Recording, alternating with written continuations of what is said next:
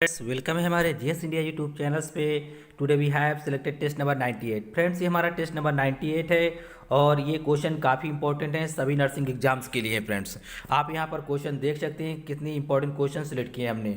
और ये question friends all state से नर्सिंग एग्जाम्स के लिए वेरी वेरी इंपॉर्टेंट हैं। Staff nurse, ANM, GNM, MPPB, वेपएम्स and MPNHM, UPNHM, Bihar, Rajasthan, Kerala, Assam, Karnataka, all state के लिए वेरी वेरी इंपॉर्टेंट क्वेश्चन है। MPCHO, UPCHO, army nursing, CRPF nursing and AIIMS and PGI and other competitive exams के लिए भी काफ़ी important question है। चलिए स्टार्ट करते हैं। क्वेश्चन नंबर फर्स्ट है, आप देख सकते हैं कैसे क्वेश्चंस एग्जाम्स में पूछे गए हैं और ये एग्जाम्स में पूछा गया क्वेश्चन है। क्वेश्चन नंबर फर्स्ट पढ़ लें आप और अपना आंसर बता सकते हैं आप, और बताएं आपने लास्ट में कितने क्वेश्चन सही किए। क्वेश्चन नंबर फर्स्ट पे मेंशन है, आरएच के अनुसार कौन सी जोड़ी विवाह के लिए उपयुक्त नहीं है? Which pair is not suitable for marriage according to RH?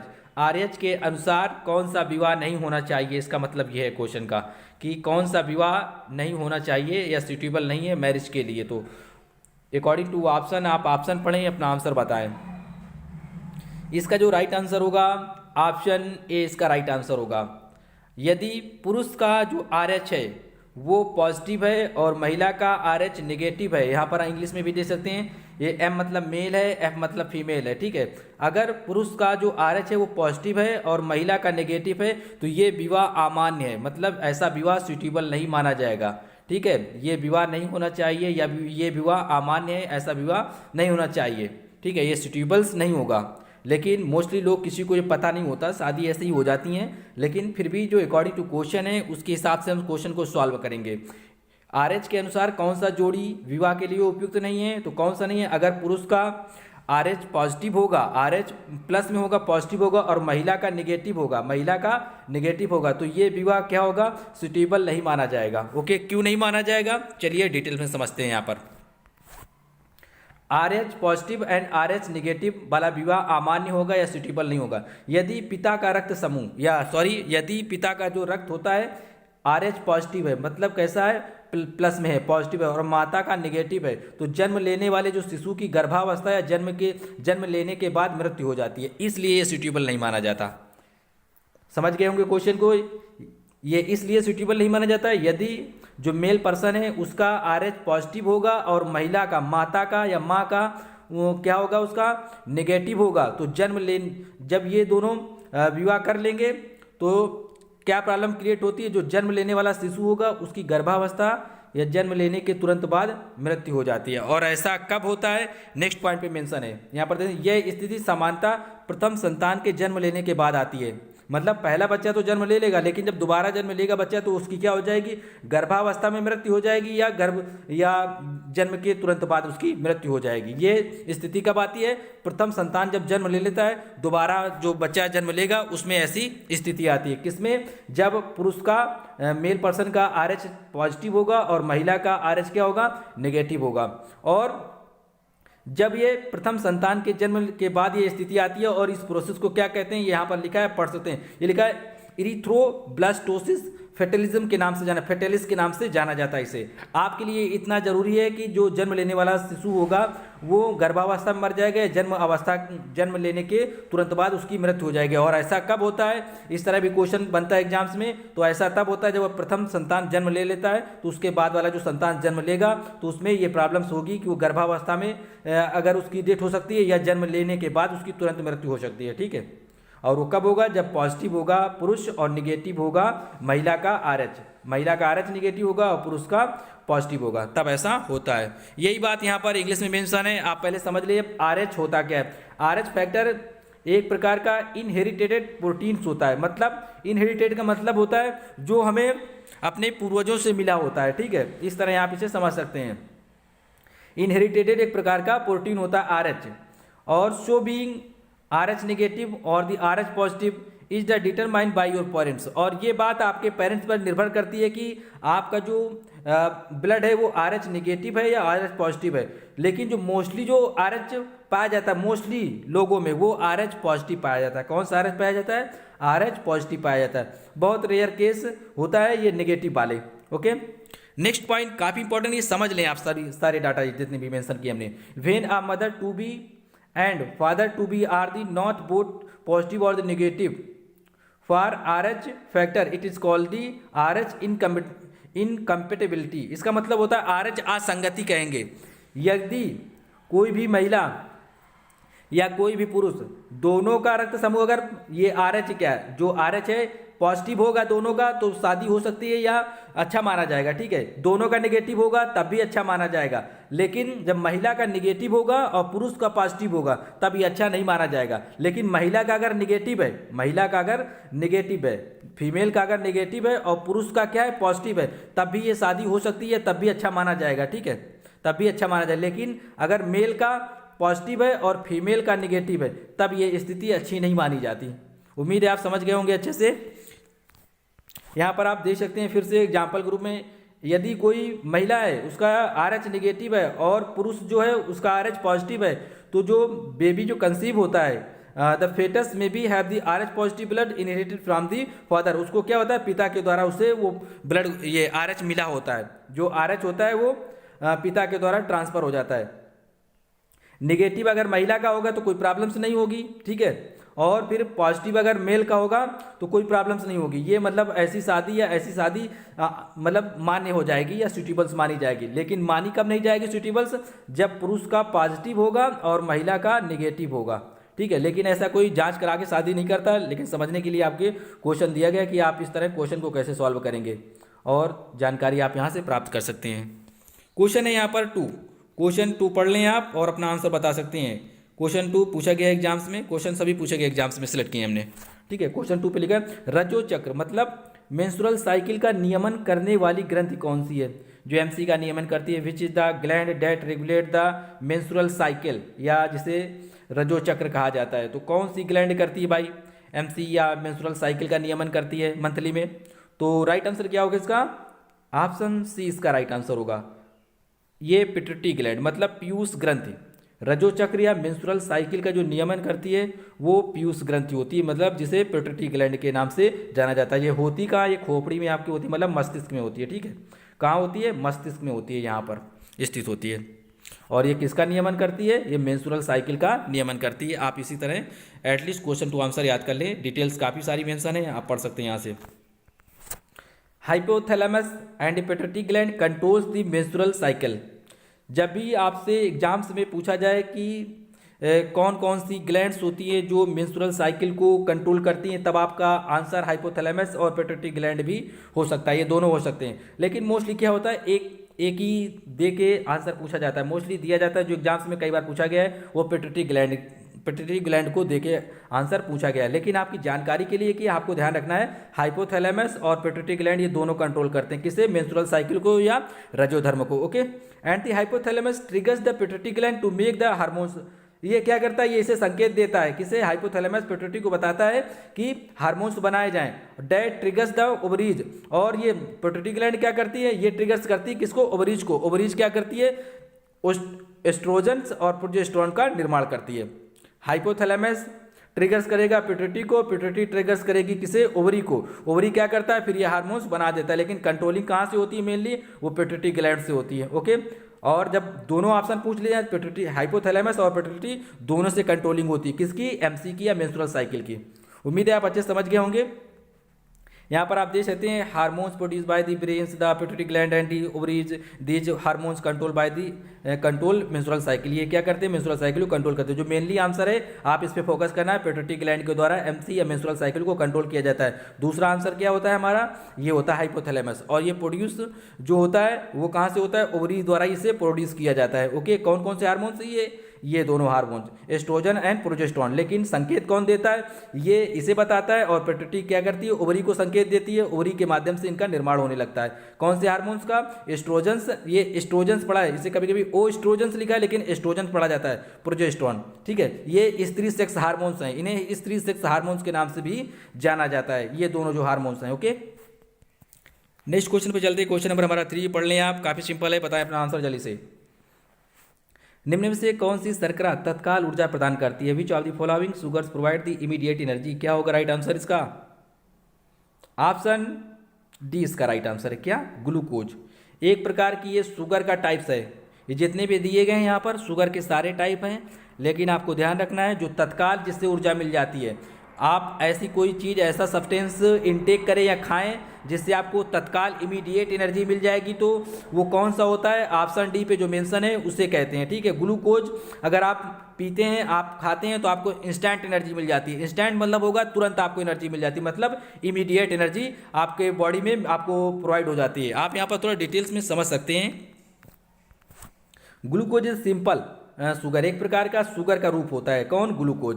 बाकी सभी ग्लूकोज जितने दिए गए हैं यहाँ पर, सेलुलोज, ग्लूकोज, ये सभी शुगर के टाइप हैं, लेकिन इनमें जो इंस्टेंट एनर्जी देता है वो देता है glucose, which can be readily absorb by the body. ये बहुत जल्दी एब्जॉर्ब कर लिया जाता है। कौन? ये glucose. Once inside the glucose undergoes oxidation and which result in release of the AP. जैसे ही एब्जॉर्ब किया जाता है ग्लूकोज, फिर क्या होता है, ये ऑक्सीडेशन होने लगता है, फिर इससे रिलीज होता है एटीपी, एडेनोसिन ट्राइफॉस्फेट कहते हैं इसे। कई बार फुल फॉर्म पूछा गया है एटीपी का, एडेनोसिन ट्राइफॉस्फेट। फिर क्या होता है, high energy molecules that provide the energy for the cells. तो इसकी वजह से फिर क्या होता है, पूरी बॉडी के जो सेल्स होते हैं उसमें एनर्जी प्रोवाइड हो जाती है, इसलिए इससे इंस्टेंट एनर्जी मिल जाती है। किससे? ग्लूकोज से। और इसका एक कारण और होता है, जैसे कि मान लो आप ग्लूकोज लेंगे, ग्लूकोज क्या होता है, मीठी चीज़ों में पाया जाता है। मीठी चीज़ें जैसे शहद हो गया, चीनी हो गया, चॉकलेट हो गया, इनमें सब में क्या होता है, ये पाया जाता है ग्लूकोज, या आप कहें शर्करा पाई जाती है। जितनी मीठी चीज़ें होती है सब में कार्बोहाइड्रेट पाई जाती है, एक बात कॉमन होती है। ठीक है, तो इनसे क्या होता है, इसका जो पाचन होता है ना, डाइजेशन, वो हमारे माउथ से प्रारंभ हो जाता है। हमारे जो माउथ से जिस चीज़ का प्रारंभ पाचन या डाइजेशन प्रारंभ होगा ना, तो उससे हमें क्या होगा, इंस्टेंट एनर्जी मिल जाएगी। बाकी जो वसा फैट होता है, इसका जो पाचन प्रारंभ होता है ना, वो आमाशय मतलब पेट से प्रारंभ होता है, स्टमक से प्रारंभ होता है, इसलिए उन्हें काफ़ी टाइम लग जाता है तोड़ने में या एनर्जी देने में। जो ग्लूकोज होगा, इसका जो डाइजेशन होगा माउथ से प्रारंभ, क्योंकि ये भी एक प्रकार का क्या, कार्बोहाइड्रेट का टाइप से। ओके, नेक्स्ट क्वेश्चन है, क्वेश्चन नंबर हमारा 4 पढ़ लें आप। अल्फा क्रेटिन एक प्रोटीन है जो उपस्थित रहता है।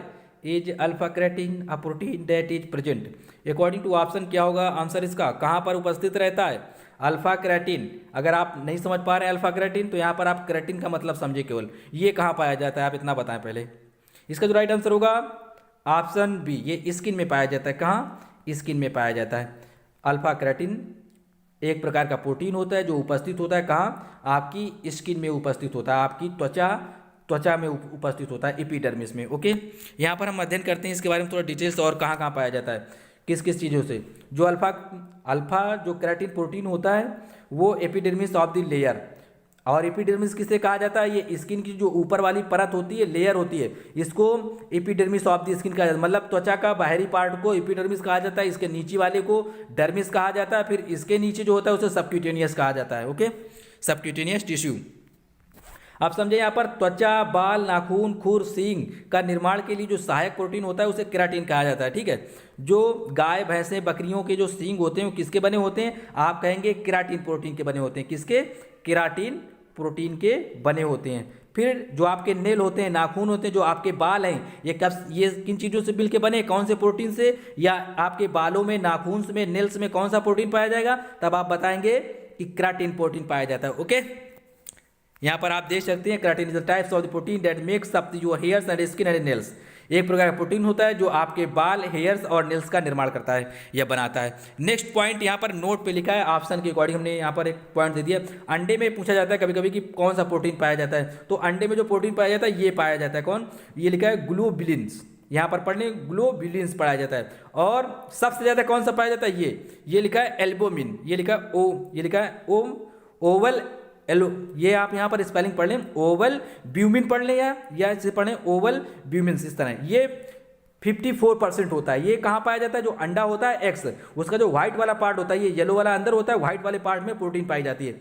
जब भी आपसे कोई पूछेगा प्रोटीन किस में पाई जाएगी, येलो वाले पार्ट में या व्हाइट वाले पार्ट में, तब आप बताएंगे उसके व्हाइट वाले पार्ट में प्रोटीन पाई जाती है। और ये 54% क्या होता है, प्रतिनिधित्व करता है किसका, प्रोटीन का, जो अंडे में पाई जाती है। सबसे ज़्यादा ये वाली प्रोटीन अंडे में पाई जाती है। लेकिन ध्यान रखना है, ये दोनों प्रोटीन कहाँ पाए जाते हैं, अंडे में पाए जाते हैं। कई बार एग्जाम में पूछा गया कि अंडे में कौन सा प्रोटीन पाया जाता है, मोस्टली कई बार ये दे के पूछा गया है। ये लिखा है ग्लोब्युलिन्स, आप यहाँ से पढ़ सकते हैं, स्पेलिंग देख लें। ओके, नेक्स्ट क्वेश्चन है, काफ़ी सिंपल है, बताएं अपना आंसर। क्वेश्चन नंबर 5 लेकिन इंपॉर्टेंट है। बीएमडी परीक्षण किस की पहचान के लिए किया जाता है, the BMD test is use to identify which one. तो राइट आंसर क्या होगा, कमेंट करें अपना आंसर। ऑप्शन सी इसका राइट आंसर है। क्या? Option C osteoporosis, BMD bone mineral density कहते हैं इसे। इसका जो पूरा नाम होता है बोन मिनरल डेंसिटी होता है। तो ध्यान रखिए, आपको कई बार पूरा नाम पूछा जाता है, फुल फॉर्म क्या होता है बीएमडी का, तो आपको ध्यान रखना है बोन मिनरल डेंसिटी होता है। और इससे किसकी पहचान की जाती है? ऑस्टियोपोरोसिस की पहचान की जाती है। चलिए इसके बारे में जान लेते हैं, ऑस्टियोपोरोसिस के बारे में। ठीक है, यहाँ पर एग्जाम्पल के तौर पर समझ, doctor uses the bone density testing to identify the decrease in the bone density before you break your bone, determine your risk of the broken bones, fractures, confirm the diagnosis of the osteoporosis. Doctors लोग क्या करते हैं? ये bone density check करते हैं और वो BMD के माध्यम से चेक किया जाता है। ठीक है, किसके माध्यम से? बीएमडी बोन मिनरल डेंसिटी, मतलब इससे बोन की डेंसिटी चेक की जाती है। और ये मोस्टली जो भी बच्चे क्या होते हैं, छोटी उम्र के होते हैं या बुढ़ों में, ये जो बूढ़े होते हैं ओल्ड एज वाले, इनमें क्या होता है, इनका बीएमडी किया जाता है। तो वो लोग देखते हैं कि कितना डेंसिटी है आपका, कितना डेंसिटी है आपके बोन का। अगर बोन में कम डेंसिटी होता है तो कहते हैं कि आपकी हड्डियां क्या हैं, कमजोर पड़ गई हैं। मतलब क्या होते हैं, इनके जो मॉलिक्यूल्स होते हैं दूर दूर हो जाते हैं। इससे कहा जाता है इसका जो घनत्वपन है, डेंसिटी मतलब होता है जो घनत्वपन है, ये कम हो जाता है। ठीक है, तो इससे फाइंड कर लिया जाता है कहीं आप ऑस्टियोपोरोसिस के शिकार तो नहीं हो रहे, मतलब आपकी हड्डियां नॉर्मली छोटी मोटी जगह से कूद जाएंगे, गिर जाएंगे पलंग से, बेड से या कहीं पर भी, तो आपकी हड्डियां क्या होता है, फ्रैक्चर हो सकती हैं, टूट सकती हैं। ठीक है, तो ये कन्फर्म किया जाता है उससे। तो डेंसिटी देखा जाता है। क्या देखा जाता है? बीएमडी से डेंसिटी देखा जाता है। और कन्फर्म क्या किया जाता है? ऑस्टियोपोरोसिस कन्फर्म किया जाता है। यहाँ पर देख सकते हैं ऑस्टियोपोरोसिस कन्फर्म किया जाता है। कहीं आपकी हड्डियों में जो बोन मिनरल डेंसिटी, मतलब जो हड्डियों में डेंसिटी है, मतलब घनापन है, वो ज़्यादा कम तो नहीं हो गया है। ठीक है, अगर ज़्यादा कम हो जाएगी तो बुड्ढों की हड्डियाँ क्या होगी, टूट जाएंगी। ओके, बहुत ब्रेकेबल हो जाएंगी। और जिसमें जितना ज़्यादा डेंसिटी होगा उसकी हड्डियाँ उतनी ही ज़्यादा मजबूत होंगी, ये बात भी ध्यान रखना है। नेक्स्ट पॉइंट पे आमेशन है bone mineral density test uses the x-ray to measures. Bone mineral density में क्या होता है, एक्सरे से मीजर किया जाता है, एक्सरे से पता किया जाता है अमाउंट ऑफ द मिनरल्स, क्या जो मिनरल्स है वो कितना है, नेमली कैल्शियम पता किया जाता है। अगर आपसे कोई पूछ ले बीएमडी में कौन सा तत्व को फाइंड किया जाता है आपकी हड्डियों में या बोन्स में, तब आप बताएंगे कैल्शियम को देखा जाता है कि कैल्शियम कितनी मात्रा में। आपको पता होगा कि कैल्शियम की वजह से ही हमारी जो बोन होती है ना, कैल्शियम की वजह से ही हमारी बोन क्या होती है, मजबूत होती है, कैल्शियम की वजह से। तो कैल्शियम देखा जाता है कि आपकी बोन्स में कितना कैल्शियम है, डेंसिटी क्या है कैल्शियम का। और इसे ऑस्टियोपोरोसिस होने का तो चांस नहीं है। ठीक है, एक प्रकार की बीमारी होती है, डिसीज होती है ऑस्टियोपोरोसिस। ओके, इससे बीएमडी से क्या चेक किया जाता है, कैल्शियम चेक किया जाता है। जब भी ऑप्शन में मिले कैल्शियम आयरन, तब आप बताएंगे कैल्शियम। जब आपसे मान लो इस तरह ना पूछा जाए, तब आप बताएंगे कि इससे क्या होता है, डेंसिटी चेक की जाती है बोन की। पूरा नाम ही यही होता है बीएमडी का, bone mineral density. Okay, next question पे चलते हैं। क्वेश्चन नंबर हमारा 6 लिखा है, एक स्वस्थ मनुष्य एक दिन में कितनी मात्रा में पेशाब करता है। How much does a healthy person urinate in a day. क्या होगा राइट आंसर, बताएं अपना आंसर। कई बार क्वेश्चन हमने करवाया भी है, ये कई बार पूछा भी गया है। राइट आंसर होगा ऑप्शन ए 1.5 लीटर। इसका मतलब होता है 1.5 लीटर। कितना? 1.5 लीटर, मतलब 1 लीटर 500 ग्राम। इतना एक व्यक्ति एक दिन में क्या करता है, टॉयलेट करता है। राइट आंसर है ऑप्शन ए। नेक्स्ट क्वेश्चन पे चलते हैं हम। क्वेश्चन नंबर हमारा 7 पढ़ें, आप अपना आंसर बताएं। एड्स का विषाणु किसे नष्ट करता है। What does AIDS virus destroy. काफ़ी इंपॉर्टेंट क्वेश्चन है, मोस्टली ये पूछा जाता है एग्जाम्स में। राइट आंसर क्या होगा, राइट आंसर है ऑप्शन सी, मतलब लिम्फोसाइट को नष्ट कर देता है। एड्स का जो वायरस होता है ना, वो किसे नष्ट करता है, लिम्फोसाइट को नष्ट करता है। इसके बारे में हम डिटेल्स में बात करेंगे, इसे अच्छे से आप समझ लें। यहाँ पर कभी मान लो ऑप्शन में आपको लिम्फोसाइट मोस्टली दिया जाता है, ना दिया जाए, तब आप बताएंगे जो एड्स का जो वायरस होता है ना, वो किसे नष्ट करता है, CD4 लिम्फोसाइट को नष्ट करता है। कभी लिम्फोसाइट दिया जाता है, कभी कभी मान लो CD4 दिया जाता है, और कभी कभी T4 दिया जाता है, कभी कभी T सेल्स दिया जाता है। तो ध्यान रखिए सबका आंसर यही, मतलब क्वेश्चन एक ही है, इसके आंसर का ही है, मतलब इन सभी को नष्ट करता है। ये क्या है, व्हाइट ब्लड सेल्स के टाइप्स होते हैं, T4 T सेल्स। जब भी आपसे ऐसा पूछा जाए एग्जाम्स में कि एड्स का जो वायरस होता है किसे नष्ट करता है, आपका आंसर होगा लिम्फोसाइट। जब ये लिम्फोसाइट नहीं होगा तो किसे बताओगे आप, T4 को नष्ट करता है, मतलब टी सेल्स को। जब ये नहीं होगा तो आपको मिलेगा T सेल्स, मतलब इन सब में पूरे नहीं मिलेंगे, कभी भी एक ही मिलेगा, क्योंकि ये एक ही के नाम है। ठीक है, तो T सेल्स को नष्ट करता है या CD4 को नष्ट करता है। ओके, यहाँ पर आप समझ लें थोड़ा सा डिटेल्स में। Lymphocyte of white blood cells, lymphocyte एक प्रकार का व्हाइट ब्लड सेल्स है। Okay, that are the also know व also one of the body mains types of the immune cells. और जो व्हाइट ब्लड सेल्स होता है ना, जिसे आरबीसी कहा जाता है, ये आरबीसी के अंतर्गत के रूप हैं सारे, ये लिम्फोसाइट, मोनोसाइट, बेसोसेल्स, ये क्या है, आरबीसी के टाइप्स हैं। तो ध्यान रखना, जो आरबीसी होता है ना, ये प्रतीक्षा प्रणाली के रूप में कार्य करता है। ये मतलब हमें रोगों से लड़ने में क्या करता है, मदद करता है, हमारी मदद करता है। कौन, ये डब्ल्यूबीसी, सॉरी हाँ डब्ल्यूबीसी का कार्य होता है, मतलब हमें संक्रमण से बचाता है या हमारी प्रतिरक्षा प्रणाली को ठीक रखता है। लेकिन जो लिम्फोसाइट होता है, इसका जो मेन कार्य होता है, इम्यून जो सिस्टम होता है हमारा, जो मतलब प्रतिरक्षा प्रणाली होता है, इसको मजबूत बनाए रखता है। और जो एड्स वाला जो वायरस होता है ना, वो क्या करता है, इसी को खत्म कर देता है, ढूंढ ढूंढ के इसी को फाइंड करेगा और इसी को खत्म कर देगा। किसको, लिम्फोसाइट को, या उसे ये मिल जाए, कौन, CD4 मिल जाए, उसे खत्म कर देगा। और इसे T4 कहेंगे तो T4 भी खत्म कर देता है। लेकिन एक बात ध्यान रखना, 1984 में इसका नाम बदल के ये रख दिया गया है, क्या, CD4 रख दिया गया है। ये आपके लिए इंपॉर्टेंट नहीं, कि आपको ध्यान रखना है, एक ही बात का नाम है, T4 या T सेल्स। पहले इसे इस नाम से जाना जाता था, T4 के नाम से, लेकिन इसका नाम चेंज करके क्या रख दिया गया, CD4 कर दिया गया है। ओके, लेकिन ऑप्शन में कभी कभी T4 दे दिया जाता है। जो एड्स का वायरस होता है किसे नष्ट करता है, तो आप बताएंगे T4 को नष्ट कर देता है। ये नहीं होगा तो आप कहेंगे कि T सेल्स को नष्ट कर देता है। ये नहीं होगा तो आप बताएंगे कि किसे, लिम्फोसाइट को नष्ट कर देता है। ये नहीं होगा तो आप बताएंगे CD4 को नष्ट कर देता है। और ये भैया सभी एक ही नाम है, ठीक है, आप इनको इक्वल टू करके लिख लें, CD4, lymphocyte, T4, T sales. समय समय पर क्या होता है, इनमें चेंजमेंट होता रहता है, मतलब अगर नाम में और भी कई चीज़ें, इनकी रिसर्च चलती रहती है, इनका नाम क्या होता है, नामकरण होता रहता है, चेंज कर दिया जाता है। ओके, तो आपको ध्यान रखना, CD4 को नष्ट कर देता है, जो एड्स का वायरस होता है, लिम्फोसाइट को नष्ट कर देता है, T सेल्स को टी सेल्स को नष्ट कर देता है, या T कोशिकाओं को नष्ट कर देता है, या T4 को। ये चारों लिख लो आप। ओके, काफ़ी इंपॉर्टेंट है यहाँ पर। ये नेक्स्ट पॉइंट है, इतनी बात लिख लो, बाकी समरी समझ लो थोड़ा। जो मेन आंसर है आपसे वहीं से फाइंड हो जाएगा, CD4, T4, लिम्फोसाइट और T सेल्स। लेकिन इसकी समरी ज़्यादा जरूरी है, आप समझ लो इतनी केवल, इसे लिखें या ना लिखें। लिखा है, HIV infection destroy the certain white blood cells called the CD4 cells. जो HIV इन्फेक्शन होता है, ये मोस्टली किसे डिस्ट्रॉय करता है, व्हाइट ब्लड सेल्स का एक टाइप्स होता है जिसे CD4 कहा जाता है। इसको वो ढूंढ ढूंढ के खत्म कर देता है, ठीक है। इफ टू मैनी CD4s, जब क्या होता है, बहुत ज़्यादा मात्रा में ये डिस्ट्रॉय हो जाते हैं, कौन, CD4s, तो body can no longer defend its against infection. तो बॉडी क्या करती है, बहुत ज़्यादा लंबे समय तक इन्फेक्शन से लड़ नहीं पाती है। इस वजह से the last stage of the HIV infection is occurred ads.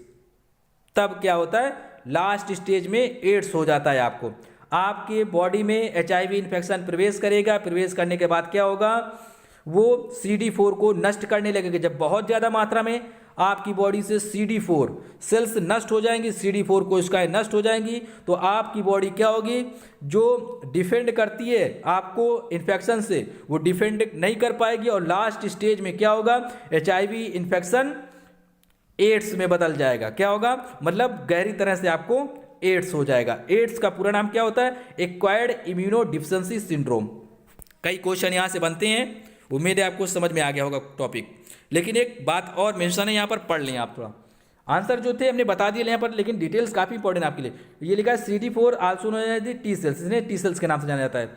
बता दिया, ये RBC का, ये सॉरी WBC का एक टाइप्स होता है। यहाँ पर इस पॉइंट पे ध्यान दे थोड़ा। HIV find the white blood cells called the CD4 sales.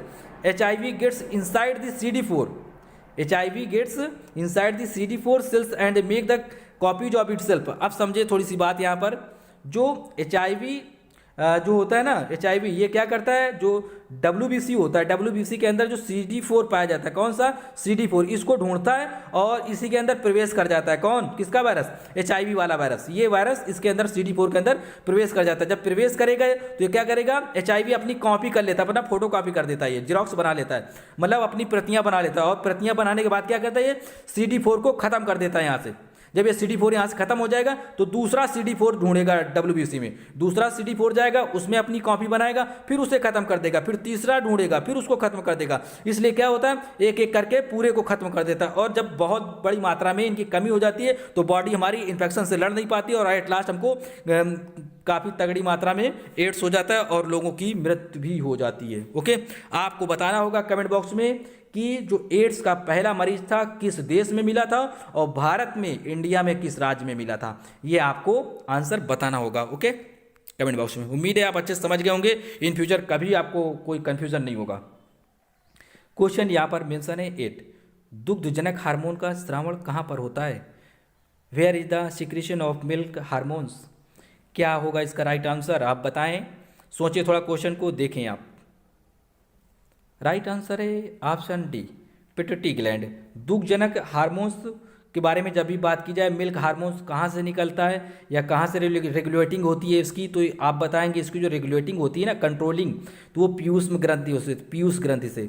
Piyush ग्रंथि को मास्टर ग्लैंड के नाम से भी जाना जाता है। पीयूष gland also called is the master gland. Okay, आपको ये बात ध्यान रखनी। Right answer option D. Question to answer at least you have to learn it. Okay, now next question है हमारा क्वेश्चन नंबर 9। निम्न में से किस एक की उत्पत्ति यकृत का कार्य है? Which one of the following is a liver function? बताएं भाई आंसर अपना, जिसकी क्या लिखा है यहाँ पर, किस एक की उत्पत्ति जो यकृत का कार्य होता है, मतलब लीवर का फंक्शन क्या है इनमें से अकॉर्डिंग टू ऑप्शन?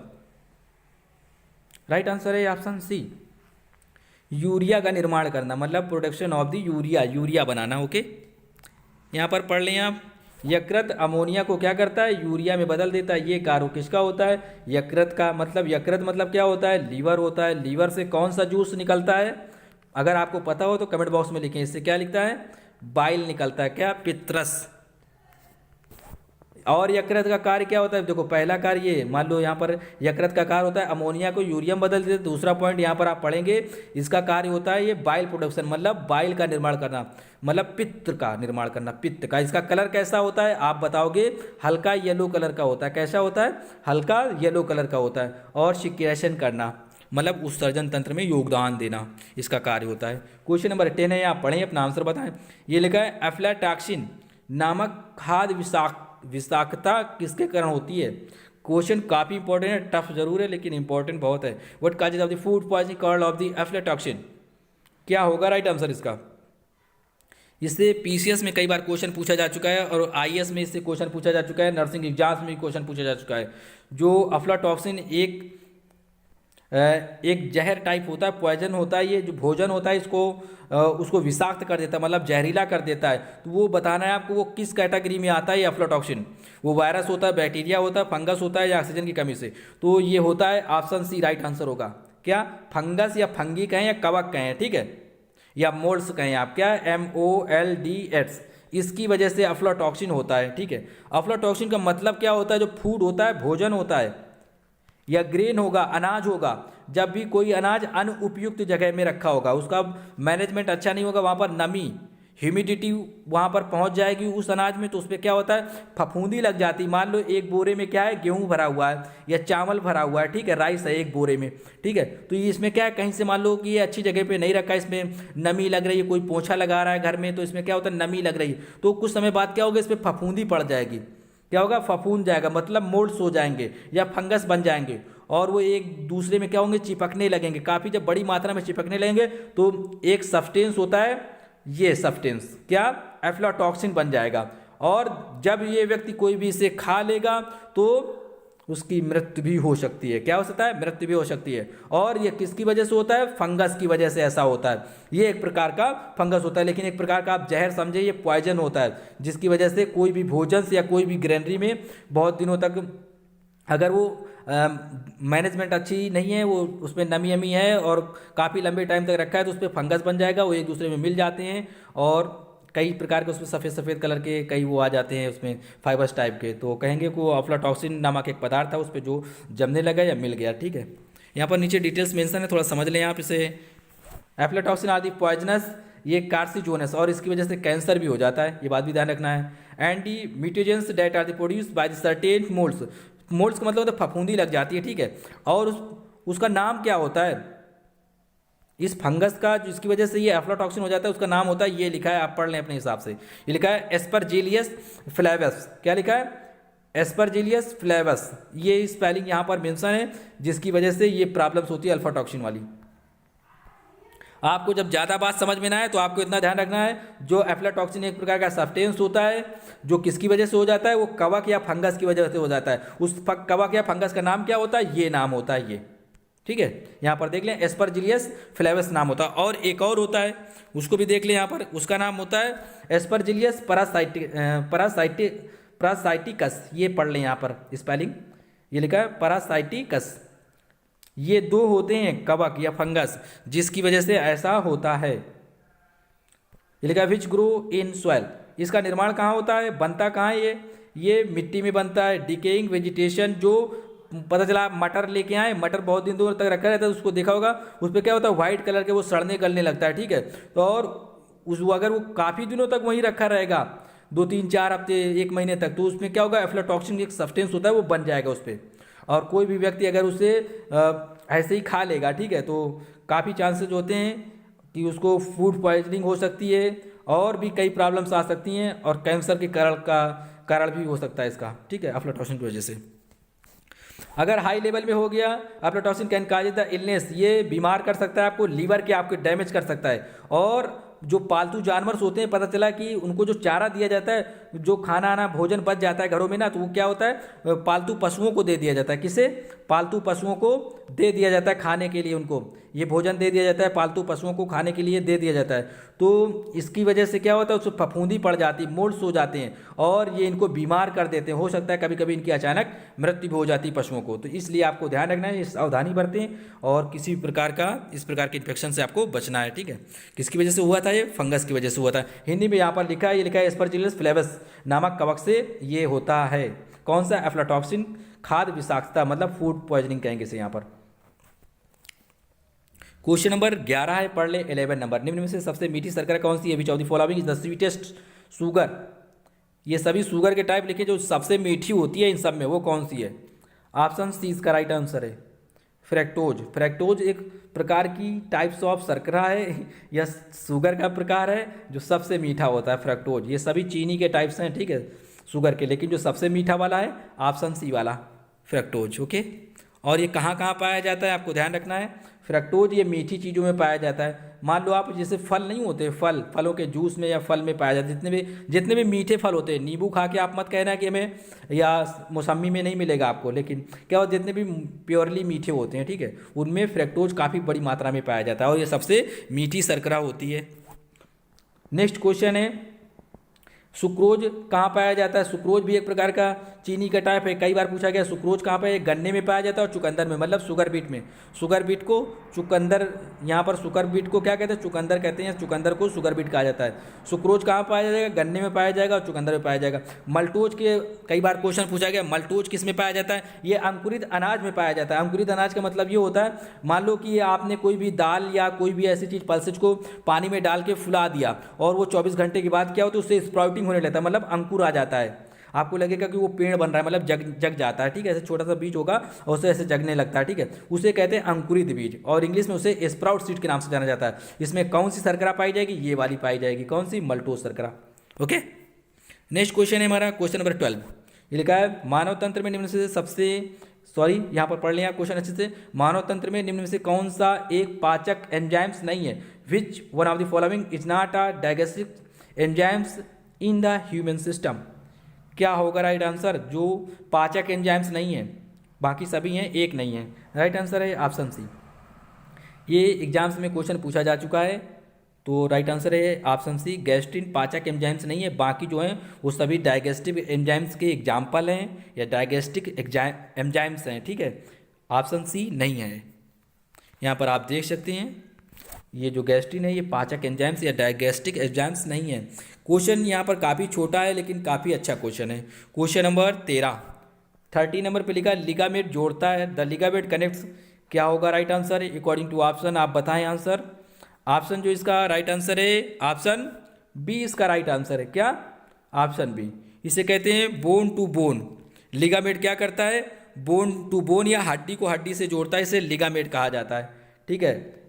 ये कई बार एग्जाम्स में पूछा जाता है कि लिगामेंट किसको किसको कनेक्ट करता है, तब आप बताएंगे ये एक हड्डी से दूसरी हड्डी को कनेक्ट करता है, या आप इतना ध्यान रखें ऑप्शन में हमेशा हड्डी को हड्डी से बोलेगा, या हड्डी ना लिखा होगा तो आपको मिलेगा अस्थि को अस्थि से कनेक्ट करता है, अस्थि से अस्थि को जोड़ता है। इंग्लिश में मिलेगा बोन टू बोन कनेक्ट करता है, कौन, लिगामेंट, ये इसका काम होता है। या लिगामेंट का मतलब होता है, आप इस तरह समझ लें कि लिगामेंट का मतलब होता है bone to bone connection, okay. यहाँ पर नेक्स्ट पॉइंट और है जो बहुत पूछा जाता है एग्जाम्स में, ये लिगामेंट के बारे में बताया गया, connect one bone to another bone, ये लिगामेंट के बारे में। दूसरा पॉइंट यहाँ पर मेंशन है, ligament is a fibrous connective tissue, एक प्रकार का क्या होता है, फाइब्रस कनेक्टिव टिश्यू होता है जो बोन से बोन को कनेक्ट करता है, ये लिगामेंट के बारे में है। अब हम बात करेंगे टेंडन, ये बहुत पूछा जाता है एग्जाम्स में, लिगामेंट टेंडन से कई बार क्वेश्चन एग्जाम्स में पूछे गए हैं, तो ध्यान रखना टेंडन किसे कहेंगे, ये हड्डी को पेशी से कनेक्ट करता है। टेंडन्स क्या कर देगा, मसल्स टू बोन को कनेक्ट करता है।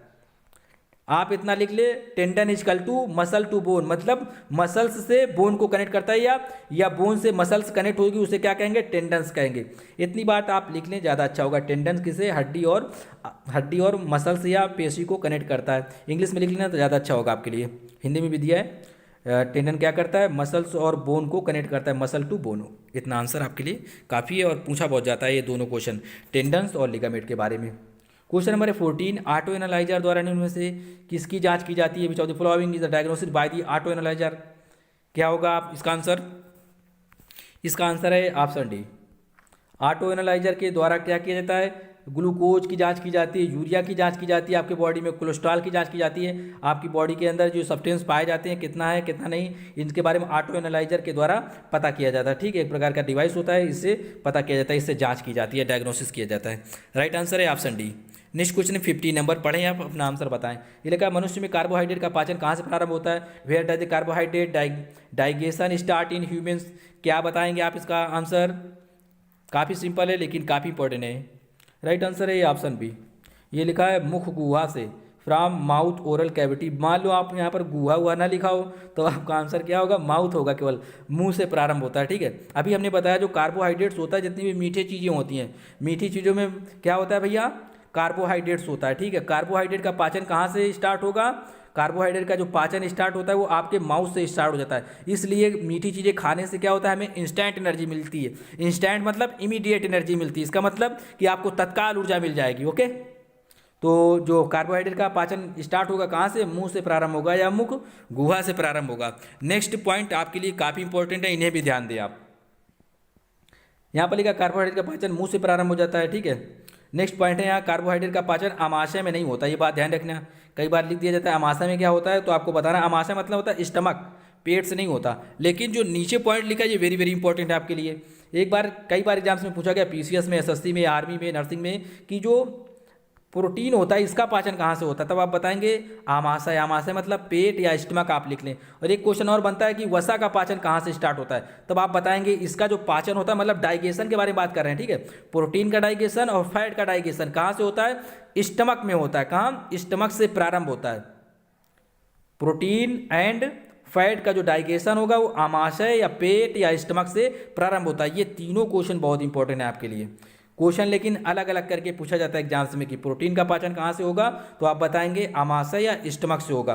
दूसरा क्वेश्चन यहाँ से बनता है, वसा का पाचन कहाँ से प्रारंभ होता है या कहाँ होता है, तब आप बताएंगे कि आमाशय में होता है। ओके, आमाशय से प्रारंभ होता है। ये दोनों क्वेश्चन तीनों काफ़ी इंपॉर्टेंट है। कार्बोहाइड्रेट जब भी पूछेगा तब आप बताएंगे माउथ से प्रारंभ होता है। नेक्स्ट क्वेश्चन सबसे इंपॉर्टेंट है, 16 नंबर लिखा है, एक वर्णांध नारी सामान्य पुरुष से विवाह करती है तो इसके बच्चे होंगे।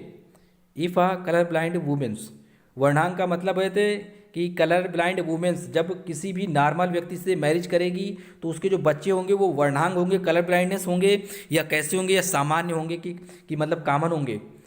तो आपको बताना है क्वेश्चन का अच्छे से पढ़ें, फिर इसके बाद जो ऑप्शन दिए गए इनको ध्यान से पढ़ें, तब अपना आंसर आप बताएं। यहाँ पर दिया गया है, जो एक कलर ब्लाइंड वुमेन है, एक नॉर्मल आदमी से किसी भी पुरुष से शादी करेगी तो उसके जो बच्चे होंगे वो कैसे होंगे, जो सन्स होंगे, बेटे होंगे, वो सारे क्या होंगे, कलर ब्लाइंड्स होंगे। कैसे होंगे, यहाँ ब्लाइंड्स मत लिखना है, कलर ब्लाइंड्स होगा। ठीक है, कलर ब्लाइंड्स। और जो डाटर्स होंगी वो कैरी डाटर्स होंगे, मतलब इसको ले जाने वाली वाहक पुत्रियाँ होंगी। जो पुत्र होंगे वो क्या होंगे, वर्णांग होंगे, मतलब जो भी बच्चे होंगे। अगर महिला जो है, स्त्री जो है, वो अगर किसी भी सामान्य व्यक्ति से विवाह करेगी तो उसके जो बेटों में लक्षण आएंगे, जो लड़के होंगे ना, बेटे उसके पुत्र बॉयज, वो सभी उन सभी बच्चों में क्या होगा, कलर ब्लाइंडनेस होगा। कलर ब्लाइंडनेस का मतलब क्या होता है ये समझ लो। ये एक प्रकार का जेनेटिक डिसीजन एग्जाम से पूछा जाता है। कलर ब्लाइंडनेस कैसा बीमारी है, तो आप बताओगे जेनेटिक। जेनेटिक का मतलब होता है अनुवांशिक बीमारी है। कैसा, अनुवांशिक बीमारी है। ठीक है, ये बात ध्यान रखना है आपको। और कलर ब्लाइंडनेस में क्या होता है, लाल और हरे रंग में, हरा और लाल में क्या होता है, कलर ब्लाइंडनेस वाला व्यक्ति क्या होता है, पहचान नहीं कर पाता। जनरली तो थोड़ा बहुत जानता है, लेकिन क्या होता है जब उसको पॉइंट टू पॉइंट समझाया जाता है इस तरह, एयरफोर्स, आर्मी, नेवी में क्या होता है, टेस्टिंग की जाती है आई की, वहाँ पर अच्छे से फाइंड किया जाता है। या आप कभी मेडिकल्स कहीं पर जाना, अपना कलर ब्लाइंडनेस चेक कर सकते हैं कि किसी भी हॉस्पिटल में जाके आप चेक करा। तो लाल और हरे रंग में पहचान नहीं कर पाते ये वाले बंदे, कौन से कलर ब्लाइंडनेस वाले बंदे, लाल रेड और ग्रीन वाला जो कलर होता है ना, इसमें पहचान नहीं कर पाते, मतलब डिफ्रेंशिएट नहीं कर पाते। वर्णांग कहा जाता है हिंदी में, कलर ब्लाइंडनेस इंग्लिश में कहा जाता है। तो जब एक कोई ऐसी स्त्री होगी जो जो वर्णांग है, मतलब कलर ब्लाइंडनेस, और नॉर्मल व्यक्ति से शादी करेगी, कोई भी पुरुष नॉर्मल है उससे शादी करेगी, तो उसके जो बच्चे लड़के होंगे तो वो कलर ब्लाइंडनेस होगा, लेकिन लड़कियां क्या होंगी, वो कैरियर होंगे। लड़कियों में नहीं होगा, लेकिन लड़कियां क्या होंगी, कैरियर डॉटर्स होंगी। ये जो वर्णांगता है ना, ये उनके बेटों में होगी जाके, ये उनके बेटों में होगी, इनको नहीं होगी। लड़कियां इसमें फ्री होंगी, लड़के तो हो जाएंगे, लड़कों में कलर ब्लाइंडनेस आ जाएगा, ठीक है, लेकिन जो लड़कियां होंगी, इनका जिससे शादी होगा उनके बच्चों के बच्चों में जाएगा, ठीक है, इनके बच्चों में जाएगा वो, ठीक है, क्योंकि ये कैरियर लिखा है यहाँ पर। लड़कियां यहाँ पर फ्री होंगी पहली बार, ओके। सेकंड में क्या होता है, 50% चांस होते हैं कि इनके बच्चों में होगा। फिर क्या होगा, जब नेक्स्ट पीढ़ी आएगी वो उनके बच्चों में 25% चांसेज होंगे कि हो। यहाँ पर पॉइंट इंग्लिश में मेंशन है, आप पढ़ लें थोड़ा सा। When a color blind woman's marries a normal visioned male, daughters will be carrier for this disease. Daughter क्या होंगी, ये डिसीज ले जाने वाली होंगी, एंड जो सभी बच्चे होंगे उनके कलर ब्लाइंड होंगे। क्या उन मतलब वर्णांग होते हैं। वर्णांग का मतलब क्या होता है, लाल और हरे में पहचान नहीं कर पाते। कई बार एग्जाम में पूछा गया है कि वर्णांग वाले जो व्यक्ति होते हैं, कलर ब्लाइंडनेस वाले, वो कौन से रंग में पहचान नहीं कर पाते, लाल, हरा, पीला, नीला। तो आपको बताना होगा हरा और लाल में पहचान नहीं कर पाते, मतलब ग्रीन और रेड में पहचान डिफ्रेंशिएट नहीं कर पाते, ओके। समरी बता दिया है, डिटेल्स काफ़ी सारा यहाँ पर मेंशन था, आप पढ़ लें दोबारा उसे। क्वेश्चन नंबर है यहाँ पर 17 नंबर, काफ़ी इंपॉर्टेंट था ये, पिछले वीडियो का क्वेश्चन है, कई लोगों ने इसका सही आंसर दिया था। ये लिखा, थायराइड ग्लैंड द्वारा कौन सा हार्मोन स्रावित नहीं होता, which hormone is secreted by the thyroid gland. Right answer क्या होगा, अगर बताना चाहें तो बता सकती हैं आप। इसका राइट आंसर है ऑप्शन सी। ऑप्शन सी इसका राइट आंसर है, ये थायराइड ग्लैंड के द्वारा स्रावित या निकलता नहीं है, सिक्रेटेड नहीं होता। ये लिखा है थायरोट्रोपिन, ये थायराइड ग्लैंड के द्वारा नहीं निकलता। बाकी जो तीनों दिए गए हैं, calcitonin and the thyroxine and the triiodothyronine, ये सभी तीनों हार्मोन से निकलते हैं। इसके अलावा ये थायराइड ग्लैंड से नहीं निकलता हार्मोन से, या स्रावित नहीं होता। यहाँ पर आप देख ले अच्छे से, ये मेंशन है यहाँ पर, जो थायराइड ग्लैंड के द्वारा हार्मोन्स निकलते हैं, वो हार्मोन्स कौन कौन से होते हैं, इसे T3। एक बात और ध्यान रखें, कभी कभी क्या होता है जब पेपर टफ बनता है तो थोड़ा क्या होता है, घुमा देते हैं वो लोग, कि ये लिखा है ट्राईआयोडोथायरोनिन, इसे T4 हार्मोन्स के नाम से भी जाना जाता है। नेक्स्ट है जो थायरोक्सिन होता है, सॉरी, इसे T3 के नाम से जाना जाता है। ट्राई मतलब होता है ये 3, ठीक है, ट्राई मतलब क्या होगा, 3, तो आपको 3 ध्यान रखना है, मतलब T3, और थायरोक्सिन को T4 कहा जाता है। और तीसरा जो हार्मोन्स होता है कैल्सिटोनिन, ये 3 हार्मोन्स होते हैं जो थायराइड ग्लैंड से निकलते हैं, स्रावित होते हैं, सिक्रेटेड फ्रॉम थायराइड ग्लैंड्स। कौन कौन से, T3, T4 and calcitonin. Mostly कई बार क्वेश्चन जो दिया जाता है इसको लेके दिया जाता है कि कैल्सिटोनिन हार्मोन्स कहाँ से निकलता है। इनसे तो क्या होता है, आप गेस कर सकते हैं एग्जाम्स में कि हाँ ये थायराइड ग्लैंड से मैच खाते हैं, नाम भी, ठीक है, तो आप बता देंगे जनरली। लेकिन जब भी पेपर सिंपल बनता है तो ये पूछा जाता है, लेकिन जब भी पेपर टफ बनता है, वैसे भी आपकी जानकारी के लिए PCS में पूछा गया ये क्वेश्चन है कि कैल्सिटोनिन हार्मोन्स जो होता है वो कहाँ से निकलता है। तो राइट आंसर क्या होगा इसका, थायराइड ग्लैंड से निकलता है। उम्मीद है आप अच्छे समझ गए होंगे। कोई भी क्वेश्चन कहीं भी किसी के एग्जाम्स में पूछा जा सकता है, तो ध्यान रखिए आप। क्वेश्चन नंबर 18 है, ये आपको बताना होगा। क्वेश्चन नंबर 18, ट्यूमर की पहचान हेतु प्रयुक्त रेडियोधर्मी समस्थानिक कौन सा है, which is the radio active isotope use to identify tumours. According to option क्या होगा राइट आंसर, ये आपको बताना होगा। इसे हम नेक्स्ट वीडियो में कवर करेंगे विद डिटेल्स के साथ। जितने भी यहाँ पर दिए गए हैं सबका आंसर हम अच्छे से कवर करेंगे, ओके। काफ़ी इंपॉर्टेंट क्वेश्चन है और एग्जाम्स में पूछा गया क्वेश्चन है, तो ये आपको आंसर बताना होगा। उम्मीद करता हूँ आप इसका आंसर ज़रूर बताएंगे। और वीडियो आपको कैसा लगा, चैनल पे नए हैं इसे सब्सक्राइब कर सकते हैं, लाइक कर सकते हैं, क्योंकि हम डेली एक टेस्ट सीरीज अपलोड करते हैं, तो इसलिए आप इसे सब्सक्राइब कर लें ताकि आप हमारे सभी टेस्ट सीरीज से अपडेट रहेंगे। और बेल आइकन को भी प्रेस कर दिया करें, ठीक है। जिन लोगों को टेस्ट सीरीज नहीं मिलता है तो क्या किया करें, चैनल्स पे जाया करें या प्लेलिस्ट पे, या आपकी स्क्रीन पर आई बटन दिख रही होगी, आपकी स्क्रीन पर आई बटन दिख रही होगी, उसको आप प्रेस करेंगे तो वहाँ पर नोटिफिकेशन शो होता रहता है, ठीक है। उसको आप प्रेस करेंगे तो वहाँ पर आपको सभी प्लेलिस्ट मिल जाएंगी, ओके, सभी प्ले लिस्ट मिल जाएंगी, आप वहाँ से सॉल्व कर सकते हैं, सभी क्वेश्चन को सॉल्व कर सकते हैं। आपकी स्क्रीन पर आई बटन होती है यहाँ पर, ठीक है, राइट हैंड पे। तो यहाँ पर आप ओके करेंगे, यहाँ पर नोटिफिकेशन शो होते रहते हैं, इस पर जब ओके करेंगे तो आपको सभी प्लेलिस्ट मिल जाएंगे, या आप चैनल्स पे या प्लेलिस्ट या डिस्क्रिप्शन बॉक्स होता है नीचे, वहाँ पर आप देखेंगे तो आपको सभी प्लेलिस्ट मिल जाएंगी। ओके, आप सर्च कर सकते हैं जीएस इंडिया नर्सिंग के नाम से, आप सर्च करेंगे तो आपको सभी प्लेलिस्ट मिल जाएंगी। उम्मीद करता हूँ वीडियो आपको अच्छा लगा होगा। तो तब तक के लिए ta-ta bye bye, thanks for watching friends.